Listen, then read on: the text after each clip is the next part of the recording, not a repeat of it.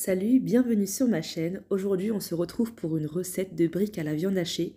Alors, tout le monde sait faire des briques, mais je vais te partager ici une façon simple de les préparer, de manière à ce que lorsque tu manges ta brique, ça te crée l'effet waouh, ça c'est une brique très savoureuse. Alors, ce sont des petits détails qui font toute la différence. Maintenant, let's go pour la recette.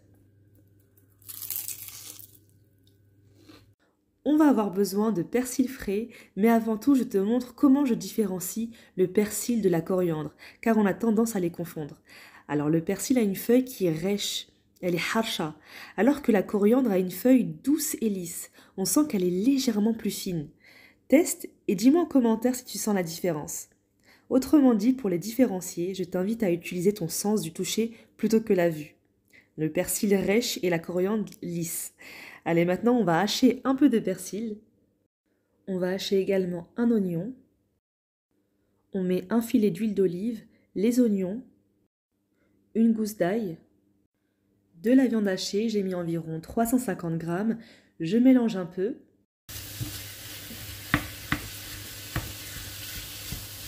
J'ajoute maintenant les épices, alors je mets du sel, du poivre, du paprika et un peu de cumin.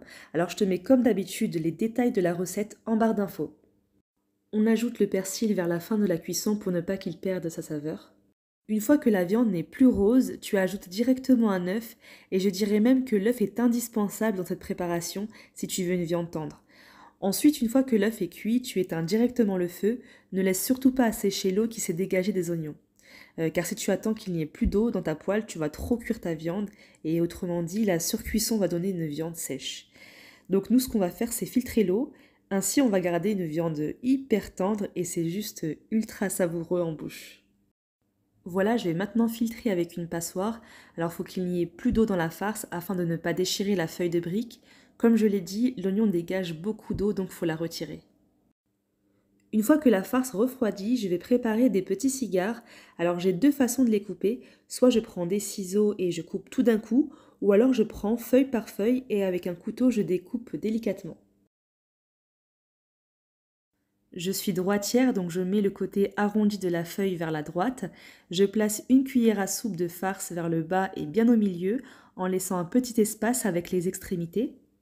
Je mets la moitié d'une portion de fromage, j'enroule une fois, en serrant un petit peu, je rabats les deux bords, ensuite je roule encore une autre fois en serrant légèrement un petit peu, et ensuite ça roule tout seul. On la posera de ce côté pour que l'huile soude la brique, et on n'oublie pas de les couvrir pour ne pas que la feuille de brique sèche. Là, je vais faire une forme triangle, alors je rabats le côté droit arrondi vers la gauche.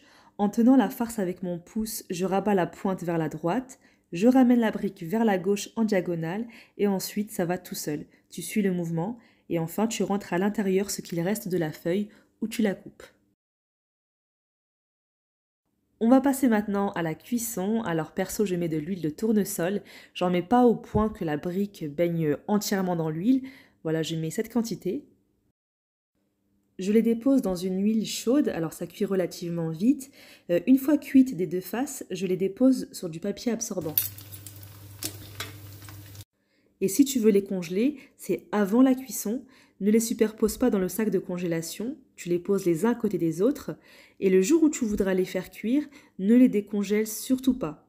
C'est-à-dire que dès la sortie du congélateur, tu les cuis directement, car si tu attends de les décongeler, les briques vont se gorger d'eau et elles ne seront plus croustillantes. Voilà, c'est fini. Alors on a une viande hyper savoureuse, hyper tendre, pas sèche du tout. C'est magnifique. Dans la cuisine, c'est la somme de petits détails qui fait toute la différence. Laisse un like, ça fait toujours plaisir. Et n'hésite pas à t'abonner afin qu'on se retrouve pour une nouvelle recette.